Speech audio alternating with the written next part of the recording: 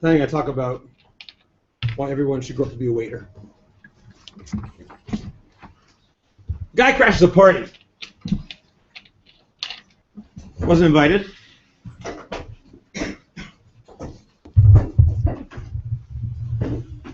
Wasn't supposed to be there. But he shows up at this party anyway.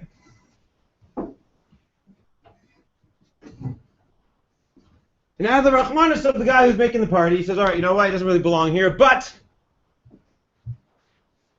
I will let you stay to help out. So, he becomes a waiter. Serves drinks. I go to a lot of parties and other stuff. Mixes them is great. Pretty soon he starts speaking loud and starts complaining a little bit about, hey, can we get some better music here? Come on, come on. What kind of party is this? Get some better music. Put some tunes. That's like talk back in the 70s. The host, okay. Pretty soon he starts dancing and being the center of attention and doing things that a person who's crashing a party and is uninvited, but out of the grace of the Bala Simcha, lets him stay, should not be doing. He starts calling attention to himself. And he's concerned primarily about the fact he wants to have a good time at this party, and he starts neglecting the fact that he's the waiter, starts forgetting his job, and by and large, this person making a true nuisance of himself. Complaining, not doing his job.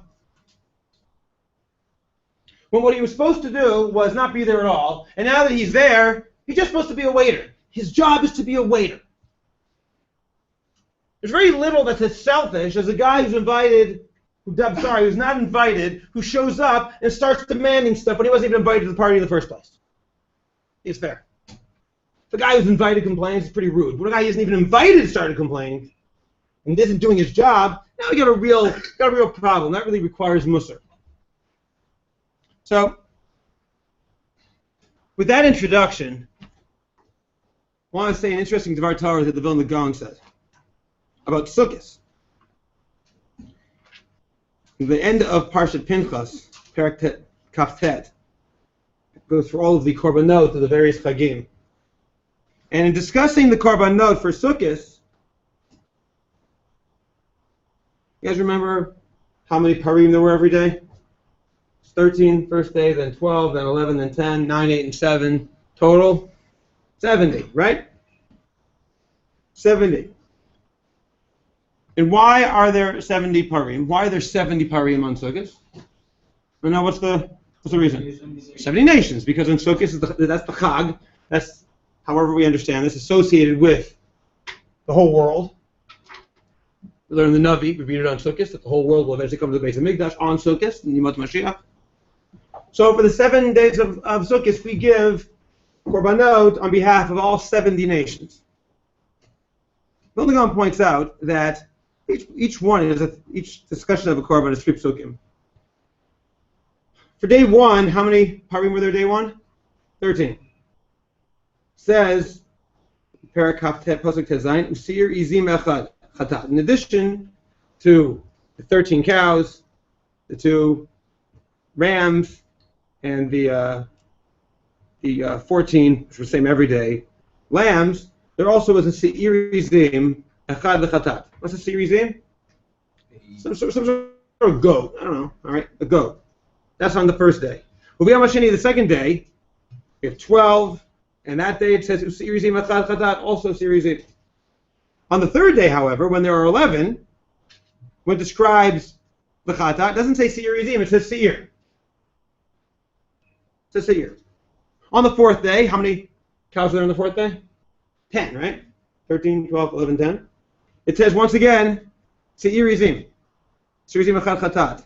And on days 5, 6, and 7, when there were 9, 8, and 7, all those days, it says Seir. So let's figure this out. On days 1, 2, and 4, it says Seir Yizim. And days 3, 5, 6, 7, it says Seir. So let's make an interesting mathematical calculation here. How many parim go together with Seir Yizim? And how many parim go together with Seir? So day 1, day 2, and day 4 versus day 3, 5, 6, and 7. Who can figure it out? No.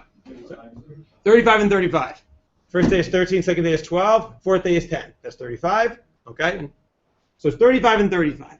So the Gaon points out very interestingly that the first day, second day, and fourth day, it's all about Seir Yizim, and day 3, 5, 6, and 7 are about Seir. Because the Vilna Gaon says there really are not 70 nations. There actually are 72 nations. The 70 nations, we learn about them in Parshat Nach, come out from Shem, Ham, and Yafet. But in addition, we forgot the two leaders of the nations, the two most emblematic nations of all, the ones that are different than anybody else. Yishmael and Esav, Edom. And Edom is also known as Seir. So when it says Seir, that's 35 along with their head, which is Edom. And when it says Seir Yizim, that's 35 along with their head, which is Yishmael. Because the Vilna Gaon says anytime you see 70, it always means 72. It always means 72, because what you have 35 plus 1, 35 plus 1. 35 in a leader, 35 in a leader. And Yishmael is the leader, and Esav is the leader. So you really have 72 nations, not 70. Vilna Gaon points out in other places also. That's not really 70. That whenever you have 70, he says there's also the Nasi and the Beis Din, makes a total of 72. Even in, interestingly enough, this is brought down in the Mishnah, at the end of Oshanos and Sukkos. What's that phrase we constantly say? We say, Ani v'ho Hoshiana. You guys remember that? Yeah. Ani v'ho, you know what I mean? So Ani v'ho actually are two names of Hashem, which again are associated with 35 and 35 and one more at the top. Well, that's a whole different Torah over there. We don't talk about it now. But in any case, that's what Vilna Gaon says. There are not really 70 nations. There are really 72 nations. Because you also include Esav and Yishmael. Which leaves a glaring question, where's Klal Yisrael? What happened to us? Shmini Atzeret, Hashem said, I want a day just for you, but why are we not counted among the nations of the world? Why aren't we the most important nation of all? Why shouldn't it be 73? It's not 73. It's 70 plus 2, and Klal Yisrael is not there. Different category. It's not part of the nations of the world. Why is that so? And the answer is because we don't count. We're actually not a nation. We're not like the other ones. And I don't necessarily mean this the way it sounds, but not necessarily in a good way. I don't mean that we're better than the others. I don't mean that. The reason we're not part of the 70/72 is because we're not really counted. We don't really count as part. We're not really invited to this party. And the reason for that is because of what we read in this week's parsha.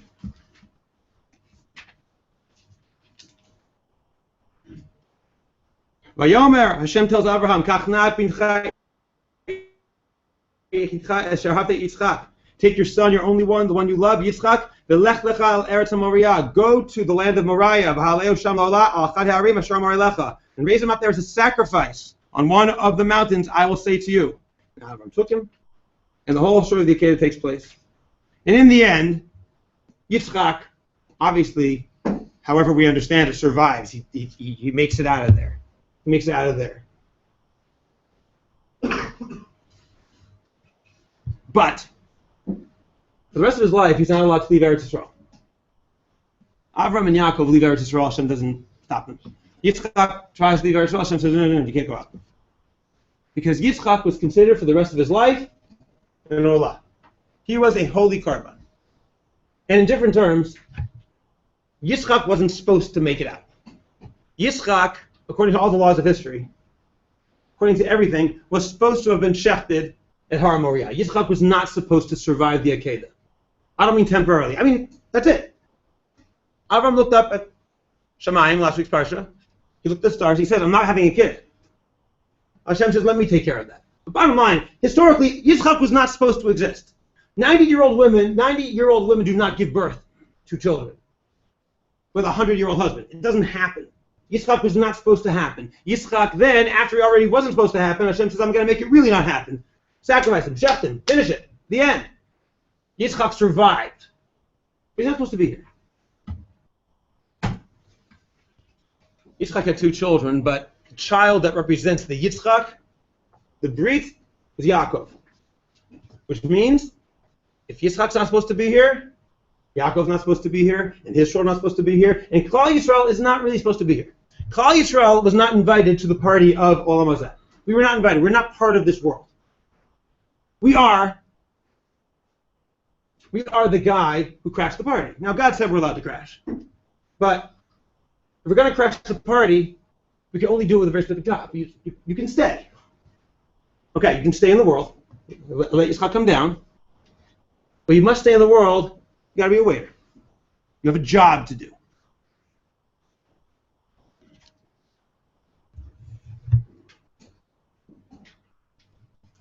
Someone who shows up somewhere, thank you.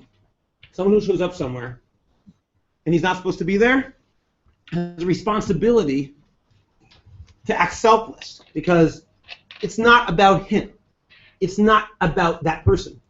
When the guy shows up to the party, he tries to have a good time. It's not about you. I'll let you stay if you're a waiter, but you're not. This isn't really for you. This isn't for you. You're supposed to act selfless over here.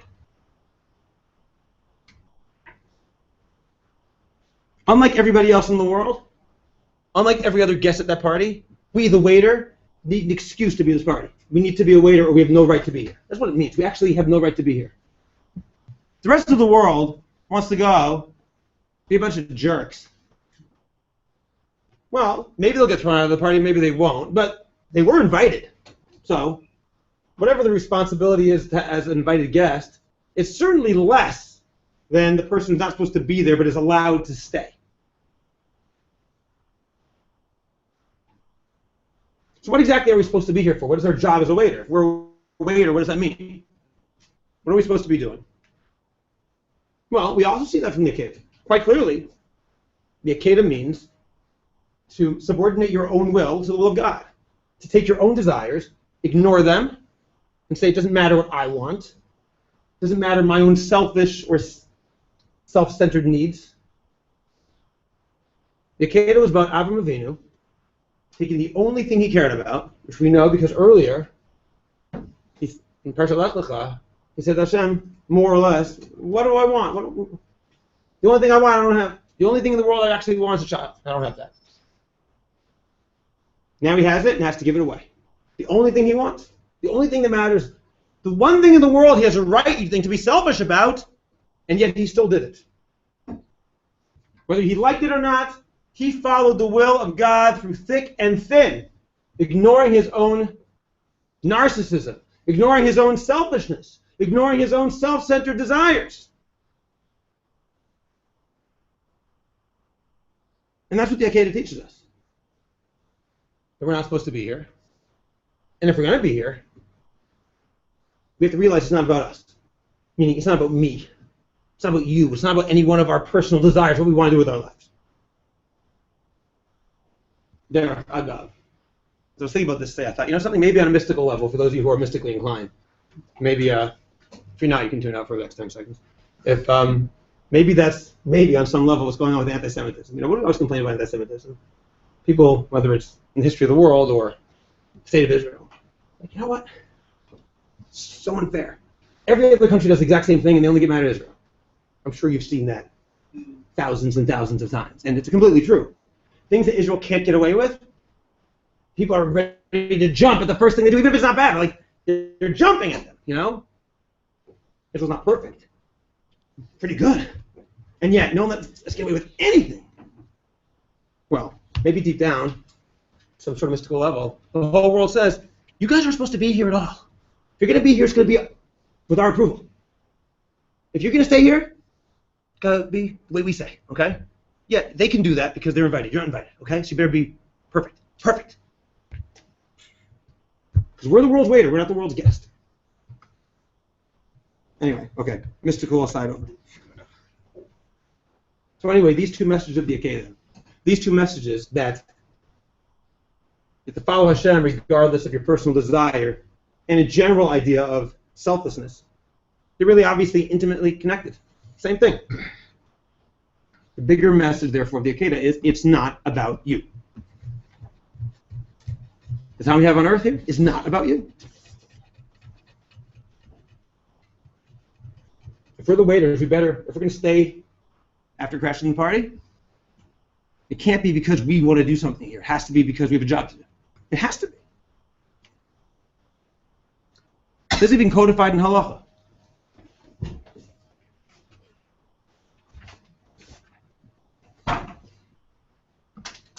Very first sim of Shulchan Aruch, it says in Sifhei, Tov Lomar Parshat Akeidat. It's good to say every morning, recite the Parshat Akeidat, story of the Akeidat. Mishmur explains the reason why. Is the Tam Lamira calls the reason for saying this. Ki Parshat Akeidat k'dei lizkor zechut avot b'chol yom. The Parsha of the Akeidat helps remind you of the merit of our forefathers every day. V'gam k'dei lachnia Yitro k'mo shemasar Yitzchak nafsho. In order to humble or to subordinate your Yetzer, the way that Yitzchak subordinated his own Yetzer. Yitzchak didn't do what he wanted to do. He did what he had to do. Now, think about what I said for a second. The two reasons are subordinate your Yetzer and Zechut Avot. We say if not for our Zechut Avot, we wouldn't be here. Not for the Zechut Avot, we wouldn't be here. Does Malaysia have Zechut Avot? Do they? Maybe they do. Not that I've heard of. Does Canada have Zechut Avot? Does Mexico have Zechut Avot? Who has Zechut Avot? Does Great Britain have Zechut Avot? Go for it. Does America have Zechut Avot?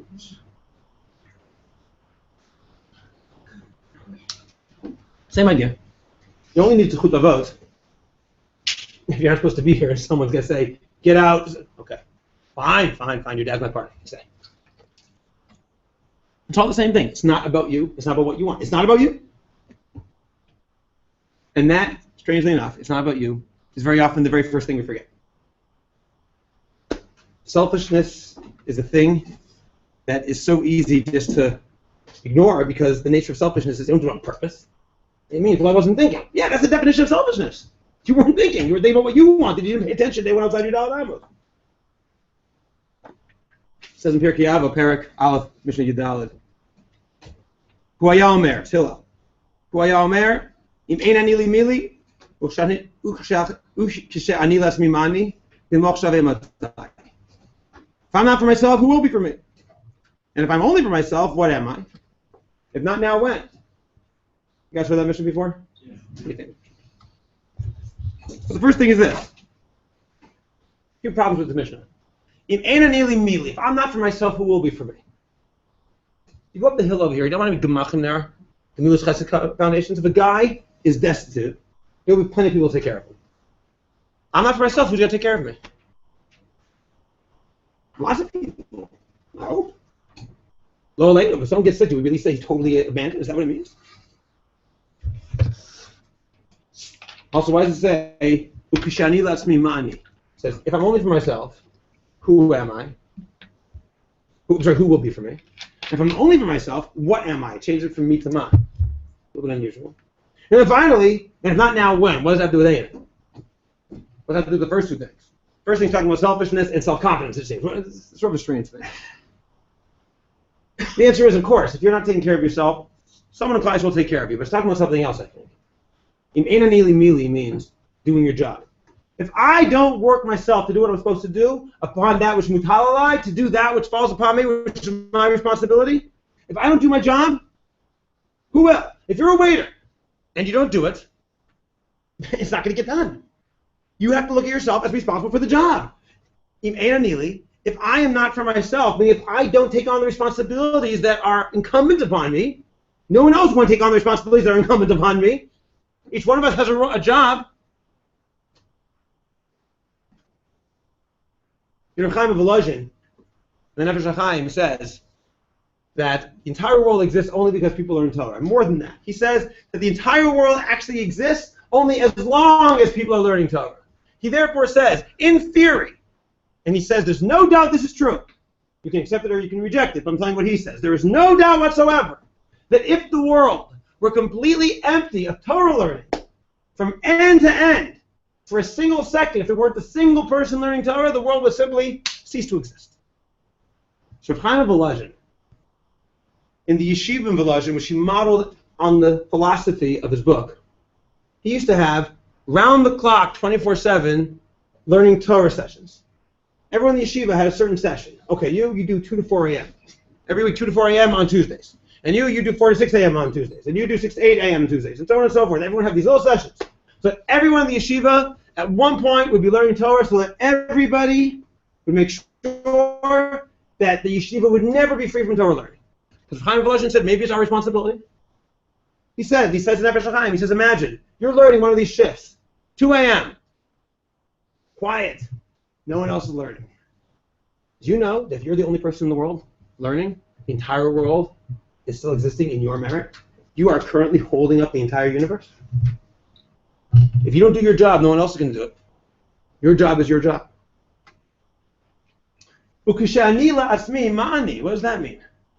If I only care about my private concerns, my selfish concerns, my self-centered concerns, instead of caring about the things I'm supposed to be doing, if I only care about having fun at the party instead of being the waiter, ma'ani. Ma'ani doesn't mean what am I. We say it in Kippur, we say in the morning, me'anu me'chastenu, right? It means what is it worth? What good is it?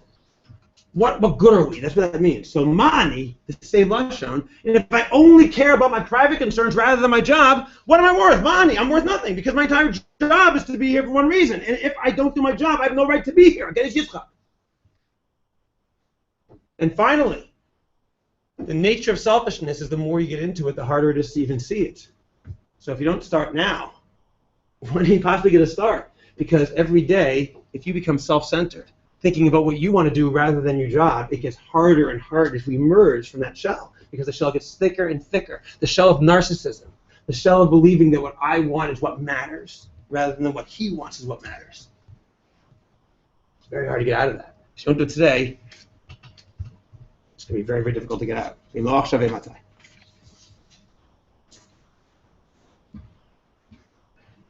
And this idea that we have a special responsibility to be on guard against self-centeredness, to be on guard against selfishness, is something which sometimes we take for granted, and because we take it for granted, we don't pay attention to it. We don't actually try to work on it. We don't realize that things that we do every single day are actually potential manifestations of selfishness, of thinking about me. Very few people intentionally think only about themselves.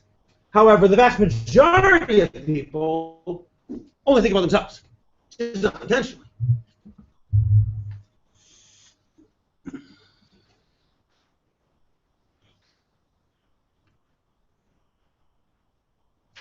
I remember one time I was in college. A friend of mine and I were collecting money. Went to a place with a lot of Jews there. So we walked around to our halls, all Jews there. And we're collecting money for Jews coming out of Russia, coming out of the Soviet Union. As the Iron Curtain had come down, people were now going to Eretz Yisrael. And we were walking around our dorm asking people to give money, just to support the people coming in. These are all Jews. These are all people who ostensibly cared about this, right? And the vast majority of people, no, sorry, I can't do it. The vast majority of people were not interested in giving anything. They'd give a quarter, you know. I remember one guy, they call him G-Man. I don't know. Greg, I think. One guy. I just remember it's not a big deal, but I still remember it because it was so selfish. He went over and he said, we asked him, will you give this to us? You know, this is a guy who cared about his Judaism. So I remember saying, said, can you give to whatever the thing was, Operation Exodus, whatever the thing was. I don't know. And he goes, I'm not going to give you anything, but I want you to know I really support what you're doing. 2 minutes later, he said to his friends, hey guys, want to go to Denny's? So he had money in his pocket, all right, to go get tray food. Okay, I'm not going to worry about the tray food right now, the guy was in front. But let's talk about selfishness for a second. This is something which, as an identifying Jew who cared about Jewish issues, cared more about going to Denny's. And he said he respects what we're doing. I really care about what you're doing. It's really good. They can't even fork over $1. Talk about being selfish. Talk about being self-centered in that sense. There's celebrities out there. You ever see how insanely narcissistic they are? Almost solipsistic. They don't believe anyone else exists practically because everyone is constantly going over there telling how great they are, how great they are, how great they are. They'll never have to wait for a table. When you never have to do that kind of thing, do you realize how dangerous that is to your midot? When you're an athlete, professional athlete, or you are a celebrity, and you have that kind of situation where people are fawning over your every word, where every joke you tell is insanely laughed at, like it's the funniest thing anyone ever said, where every single word you say is the height of wisdom. Do you know how damaging that is? Do they believe anyone exists outside themselves? They live in a cocoon of their own. It's the most insane narcissism and self-centeredness you can imagine. They believe their own selfish needs trump everyone else's selfish needs. I'm a little embarrassed to admit this. My wife actually once went to an Elton John concert in Israel. Okay? I'm embarrassed to admit it. I did. Okay? It's her problem, not mine. Okay? But it was a long time ago. It was like 20 years ago. And it was actually rescheduled. It wasn't the first day. It wasn't the day he was supposed to be here. He came, it was the day after, 2 days later. He was supposed to, give a concert on, let's say, Tuesday, but actually it was moved to Thursday. You know why it was moved to Thursday? Because when he got off the plane, his first ever concert in Israel, he had to wait in line at passport control like everybody else. He had an insane fit, got back on the plane, and left Israel. And they convinced him and begged him to come back, and 2 days later he came back and had his concert. Yeah, okay? Now that I think of it, it could be she didn't make the second concert because she knows people who went to the concert, she was supposed to go to the first one. Anyway, whatever, but people believe that kind of thing. I mean, the only thing that's sad is they begged him to come back. Okay. What are you going to do? All right? Some of this stuff is unbelievable. And I think none of us would ever go to that extreme. There are people out there who, for the sake of their own personal power, for the sake of even things that they consider good, will sometimes do the most insanely selfish and self-centered things to get what they want. Sometimes you want to get what you want, and you're willing to walk over other people to get it because getting what I want is a holy endeavor. Sometimes if I want something that's good for you, and good for you, and good for you, then it's good for all Israel. Then you know something? I should be allowed, with all good intentions, to do whatever it takes to get that. For example, there are this week somewhere in my neighborhood, a car was going around blaring with loudspeakers. Okay? You ever hear those cars play with loudspeakers? This one said, Avinu Malkeinu, Hafer Atzas Oivenu, which means, our Father, our King, undo or reverse the advice, the plots of our enemies. This car was driven by a political candidate for the Beit Shemesh elections. Okay. Not for the mayor's election, but for one of the parties. Okay? Religious party. Doing things on behalf of Torah. Doing things for the sake of Klal Yisrael. In order to do things for the sake of Klal Yisrael. And to get in power. Yeah. To have a little bit of money too. For the sake of money for yeshivas. For the sake of money for good things. For the sake of power for you, not for me. I want power for you. I'm willing to call other Jewish people who also might have good intentions, whether I agree with them or not, Oivenu, our enemies. I'm letting myself use a tefillah as a political tool, a cheap trick. Can you imagine that? Can you imagine how low and how selfish you have to be to take a tefillah from Yamim Noraim and blare it on top of your car to advertise to get you into office? Can you even imagine how selfish that is? How self-centered it is. I know everything, and there I evade it.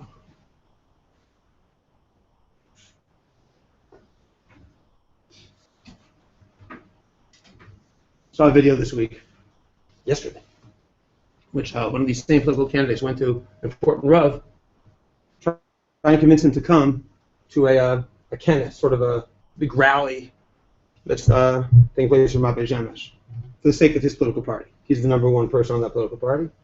And this video's on YouTube, minute 22 seconds, you can watch it. And he's talking to this particular Rav, it's a Gadol Torah, a tzaddik, and talking to this Rav who's quite elderly, he says to him, we want, this Rav had already supported this party, but he was asking, can the Rav come to this meeting? Can he come to this meeting? And in so doing, he describes, he tells the Rav, what's it for? And frankly, it's hard for me to understand what the Rav was saying because he's quite elderly, and I think he might have been speaking Yiddish. It was very, very unclear. You can hear the Hebrew of those talking to him, so that was much easier. He described it as there's the Haredi candidate, and then he describes him as the person to go against as the Chiloni, which means non-religious candidate, supported by Bennett and Lapid, the Bennett Lapid candidate. Now, I don't care what you think about Bennett Lapid or if he's Chiloni. I don't care about that. But this was sheker. It was a lie. Because that candidate is not Chiloni. He's Masorati. He is traditional. He's not Chiloni means someone who couldn't care less about Yiddishkeit. There's somebody who, to the best of my knowledge, is Shomer Shabbos. He doesn't wear yarmulke every day, but he's a Shomer Shabbos guy. He certainly is very, very respectful. And he's not the Lapid candidate. I don't care what you think about Lapid or not, but you like him or you hate him, this guy's not his candidate. Lapid supported him. You know something? Lapid could also support anyone else. It doesn't make him their candidate. In fact, if someone says, I support him, right? Scott Conn supports X, doesn't make him my candidate. It doesn't have anything to do with him. I chose to support him. So we're talking about massive motzi shemra and lying so that he and his people will get what they want. I don't care if their goals are for the sake of Torah. That's called being a selfish midget spiritually. And there's nothing else to talk about. When you care only about your people and all of Klal Yisrael, you are a selfish spiritual midget. Does that sound like the behavior of somebody who sees himself as a waiter as opposed to a guest? Many of you have heard this before, that I think it was 2 years ago, I was happening to walk back on a Shabbos from an in Shabbos here in the yeshiva, and I walked through Rabbi Shemesh's bed. Walked through. And as I saw walking through Rabbi Shemesh's bed, again, the first time back, I probably heard this story, I think. Walking through Rabbi Shemesh's bed, and I saw a kid there walking a dog without a yarmulke, and I said, oh my God, this is going to be bad. It's going to be really, really bad. Okay, I was walking with my 3 sons, walking home. About 10 minutes later, we see a tumult. All of a sudden, people start running. Like, they're all running in the same direction, like, excited. Everyone's racing, racing, racing.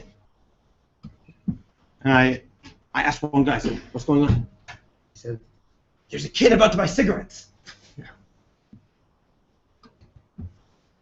Our first reaction was, well, of course, cigarettes are registered to rice. Why do you have a cigarette machine in your neighborhood? But it was interesting what I had to say.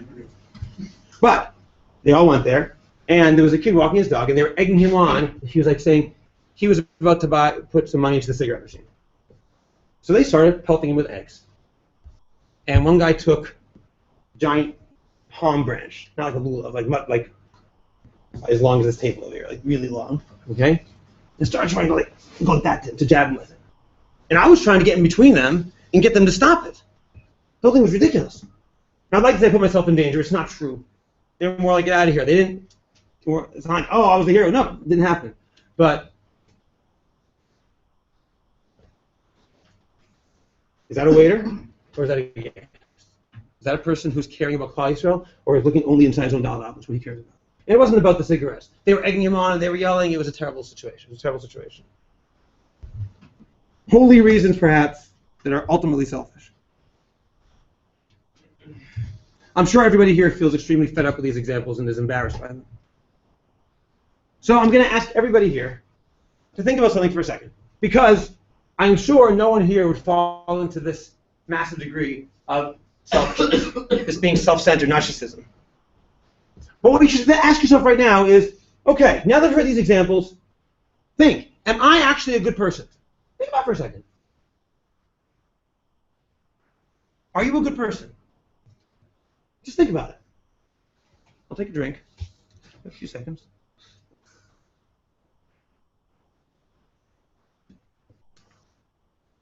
Well, I don't steal. I don't cheat. I'm a good person. Well, are you selfish? No, I'm not a selfish person. Rabbi Zinkovich told me an interesting thing today he once read.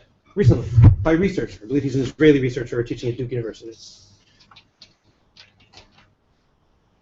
Which is that, why is it that, objectively speaking, people are more prone to steal a pencil? How about to use a pencil without permission, which is a type of stealing, rather than stealing big things, stealing somebody's jacket or stealing a car, even if you wouldn't get caught. So it seems that part of the reason is that stealing a pen off the table and not thinking about it, not giving it back, probably doesn't hurt your self-image as an ethical good person. Whereas if you stole a car, you no longer call yourself a good person. But in actual fact, if you think about it objectively, the ethics of stealing a pencil are no better, technically, than the ethics of stealing a jacket or a car or something else. You're still stealing. It's not yours, and you took it, even though it's not yours. You probably weren't thinking about it that way, but that's what selfishness is. You're not thinking about it. How about taking a larger portion than you really should when you bought it? How about not always counting your change?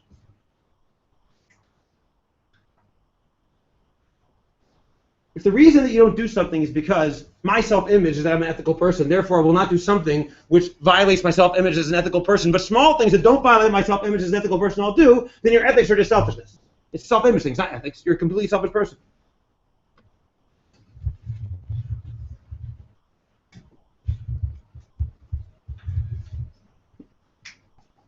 Let me ask you something. Again, I have no idea who does and who doesn't do it. And I'm not accusing anyone. But every single year, Rabbi Clark comes and tells me a few times a year, some people didn't pay for the cake. Yeah? The other day, and it's only been a couple of days, but unless this year, and I hope it's different, but unless this year is different, you guys are not going to pay for the tefillin work they had done.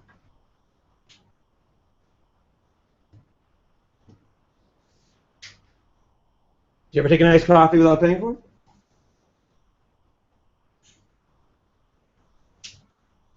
I'm sure most people didn't do this, but are you really, really a good person according to this definition? Right? Are you really not selfish? Is that selfishness to say, well, I'll just take it? The fact that he made the cake, or he fixed my tefillin, or whatever, is less important to me than the fact that I get the cake, even though he doesn't get his money. You don't think of it like that, but that's what selfishness is. You don't think of it like that. I'm sure most people don't do this. I'm sure they don't. But how about something else? Let me give another example. Again, not pointing fingers. On Sunday morning, when I came into my shear room over there, the place was a disaster. Mess. Food all over the place. Computers left out. Stuff on the table. Right. And Shmuley told people, I think 3 different times, 2 announcements and once on Facebook, please clean it up. And I know one person did, and to the best of my knowledge, no one else did. I don't know who those else's are, and who the one person is. I don't know the rest. But, so what that meant was, I had to clean it up. Okay, I can clean things up. Clean up at home, and clean up here. It's not a big deal. But think about it for a second.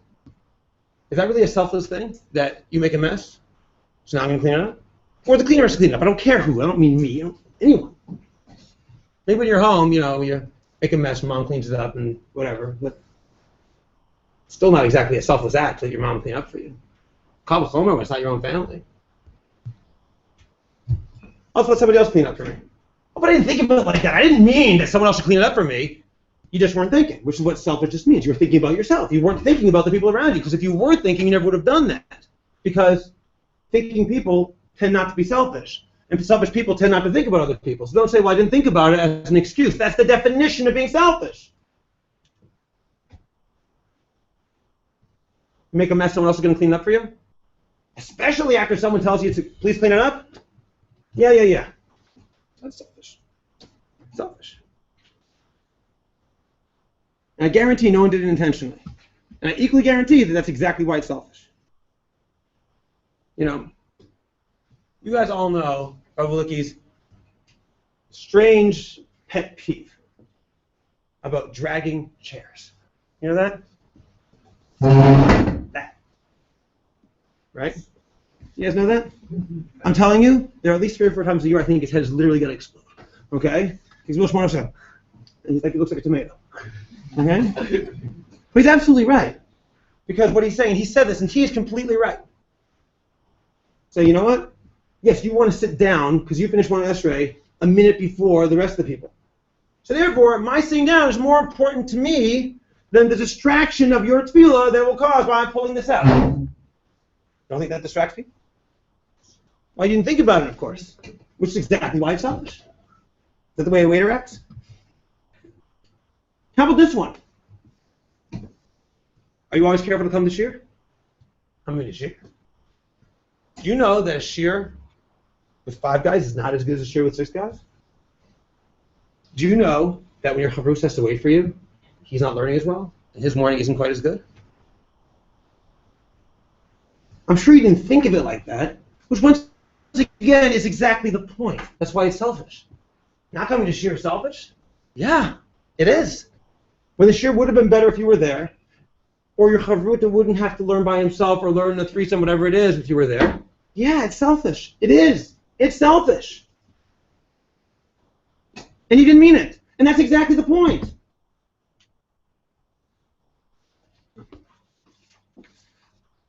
We're a community. And sometimes we act like party crashers, not like the waiters, not like you're here. What can I do for you? We have a job to do. It's not about do what I want. It's about what am I supposed to be doing? To supplement your yetzer. To do what he wants, not what you want. To act like the waiter at the party. We're going to be reading the Akeidat on Shabbos. And we use the Akeidat as the ultimate type of Zechus Avos. We use it on Rosh Hashanah and Kippur. So remember the Akeidat. Remember what Abraham did. But Hashem's going to remember that in particular, and it means a lot more to Hashem if the way Hashem remembers it is because we remind him. Because we ourselves are embodying and emblematic of these values. That we're trying to show the same values of selflessness, of our realizing we don't really belong here. And the reason we're here is by his grace. And the fact that we're here means I have a job to do, and my job, above all, is to look beyond my own Dalet Amos and say, it's not about me.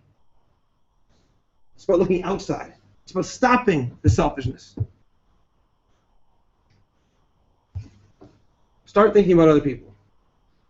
Start thinking about fulfilling your role. Stop acting like the party crasher and start acting like a waiter. By so doing, God willing, we'll be able to merit the brachos of the Akeidat.